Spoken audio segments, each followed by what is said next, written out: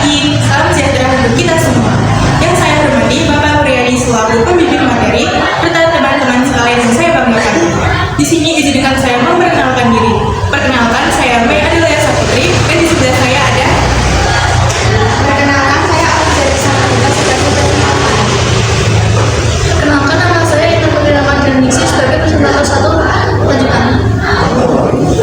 Saya hamba saya saya sebagai presentator. Perkenalkan, nama saya Maya Rina Azara sebagai presentator 3. Perkenalkan, saya Dinda Pratama Minati sebagai presentator 4. Perkenalkan, nama saya Fajar dan memberikan kesempatan.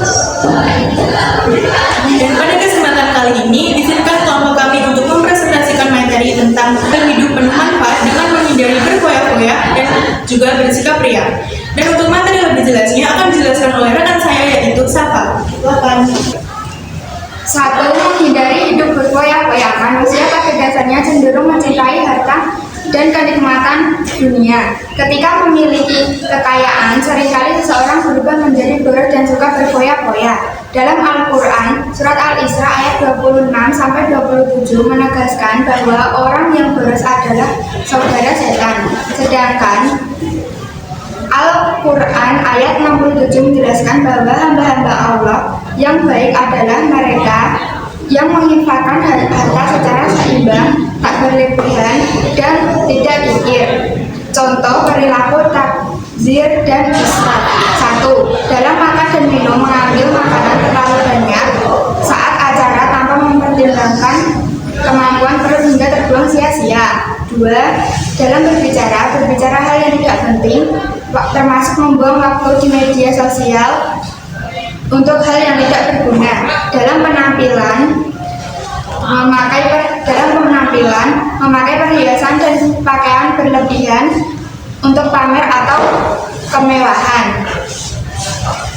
Dan materi selanjutnya akan dijelaskan oleh rekan saya yaitu Intan. Silakan. Baik, saya akan melanjutkan materi selanjutnya. Dampak negatif hidup berfoya-foya. 1. Terlalu sibuk urusan dunia sehingga melupakan kehidupan akhirat. 2. Menimbulkan iri dengki dan pamer karena suka memboroskan dan memamerkan harta. 3. Dapat menyebabkan frustasi jika harta habis karena digunakan untuk hal tidak perlu. 4. Berpotensi menimbulkan sifat kikir karena takut kekurangan dan enggan berbagi dengan orang lain. Selanjutnya, cara menghindari hidup berfoya-foya. 1. Membelanjakan harta sesuai prioritas kebutuhan. 2. Membiasakan bersedekah dan membantu orang lain.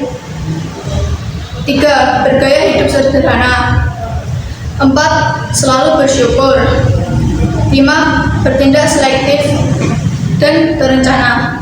6. Bersifat rendah hati. Materi selanjutnya akan dijelaskan oleh teman saya yaitu Abdul Zahar. Menghindari sifat liar dan suka. Secara bahasa, suka berarti mendengarkan. Secara istilah, suka yaitu memberitahukan atau memperdengarkan amal ibadah yang dilakukan kepada orang lain agar dirinya mendapat pujian atau sanjungan. Sedangkan ria secara bahasa berarti menampakkan atau memperlihatkan secara istilah ria, yaitu melakukan ibadah dengan niat supaya mendapat pujian atau penghargaan dari orang lain. Ria dan sum'ah merupakan sifat tercela yang menyebabkan amal ibadah menjadi sia-sia. Sifat ria dan sum'ah bisa muncul pada diri seorang pada saat melakukan ibadah ataupun setelah melakukannya. Rasulullah Shallallahu Alaihi Wasallam menegaskan bahwa ria termasuk syirik kafi, yaitu syirik yang samar dan tersembunyi. Hal ini dikarenakan sifat ria terkait dengan niat dalam hati, sedangkan isi hati manusia hanya diketahui oleh Allah Subhanahu Wa Taala. Perhatikan firman Allah Subhanahu Wa Taala. Ria dibagi menjadi dua tingkatan, yaitu ria kholis dan ria syirik. Ria kholis yaitu melakukan ibadah hanya untuk mendapat pujian dari manusia semata. Sedangkan ria syirik yaitu melakukan suatu perbuatan karena niat menjalankan perintah Allah dan sekaligus juga karena ingin mendapatkan sanjungan dari orang lain. Ria dan sum'ah memiliki ciri-ciri sebagai berikut. 1. Selalu menyebut dan mengungkit amal baik yang pernah dilakukan. 2. Beramal hanya sekedar ikut-ikutan bersama orang lain. 3. Malas atau enggan melakukan amal soleh apabila tidak dilihat oleh orang lain. 4. Melakukan amal kebaikan apabila sedang berada di tengah khalayak ramai. 5. Amalan selalu ingin dilihat dan didengar agar dipuji oleh orang lain. 6. Ekspresi amal berbeda karena sedang dilihat oleh orang lain atau tidak. 7. Tampak lebih rajin dan bersemangat dalam beramal saat mendapat sanjungan. Sebaliknya, semangatnya akan turun apabila mendapatkan cemoohan dari orang lain. Perbuatan ria dan sum'ah akan berdampak negatif pada pelakunya dan masyarakat secara umum. Dampak negatif tersebut antara lain: 1. Muncul rasa tidak puas atas amal yang telah dikerjakan. 2. Muncul rasa gelisah saat melakukan amal kebaikan. 3. Merusak nilai pahala dari suatu ibadah, bahkan bisa hilang sama sekali. 4. Mengurangi kepercayaan dan simpati dari orang lain. 5. Menyesal apabila amal tidak diperhatikan oleh orang lain. 6. Menimbulkan sentimen pribadi dari orang lain karena adanya perasaan iri dan dengki. Nah, materi selanjutnya akan dijelaskan oleh Naya, silakan. Baik, di sini saya akan menjelaskan menghindari sifat takabur. Takabur adalah sikap seseorang yang menunjukkan sifat sombong dan merasa lebih kuat, lebih hebat dibandingkan orang lain. Takabur selalu meremehkan dan merendahkan orang lain, tidak mau mengakui kehebatan dan keberhasilan orang lain, dan menolak kebenaran dan pendapat orang lain dianggap tidak guna. Sifat takabur termasuk penyakit yang dibenci oleh Allah Subhanahu wa Ta'ala. Dalam Quran surat Al-A'raf ayat 7 secara tegas dinyatakan bahwa orang takabur akan dimasukkan di neraka. Beberapa sifat takabur akan dampak negatif bagi seseorang. 1. Membenci Allah Subhanahu wa Ta'ala dan Rasulnya. 2. Dibenci dan dijauhi oleh masyarakat. 3. Mata hatinya akan ditutup. 4. Mendapatkan siksaan dan hinaan dari neraka. 5. Dimasukkan ke dalam neraka. Inilah beberapa cara menghindari sifat takabur. 1. Menyadari kekurangan dan kelemahan dirinya. 2. Menyadari bahwa hidup di dunia hanya sementara. 3. Berusaha selalu menghargai orang lain. 4. Bersikap rendah atau tawadhu. 5. Ikhlas dalam melakukan ibadah. Nah, materi selanjutnya akan dijelaskan oleh Dinda, silakan. Baik, di sini saya akan melanjutkan nomor 4, yaitu menghindari sifat hasad. Setiap manusia diciptakan oleh Allah Subhanahu wa Ta'ala memiliki kekurangan dan kelebihan masing-masing. Tak seorang pun di dunia ini yang sempurna. Ketidakmampuan dalam mengolah kekurangan diri serta berlebihan dalam menunjukkan kelebihan akan berakibat munculnya sifat hasad.